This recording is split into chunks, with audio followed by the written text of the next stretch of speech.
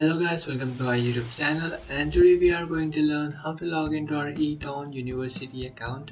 Let's get started.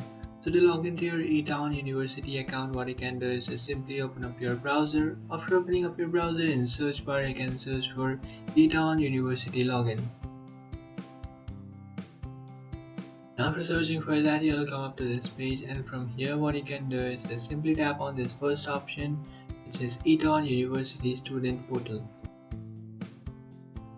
So after tapping on that, it will take you to this website, and from here if you scroll down, you can find this option which says student portal. So just tap on it. After tapping on that option, in the top right corner of your screen you can find login. So just tap on login. After tapping on login, you'll successfully log into your account. But to log into your account, first you have to enter your account's password and then enter your account's username.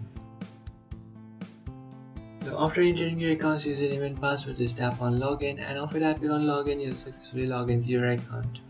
But if you have forgotten your account's password and you are unable to log into your account, what you can do is just simply tap on lost password.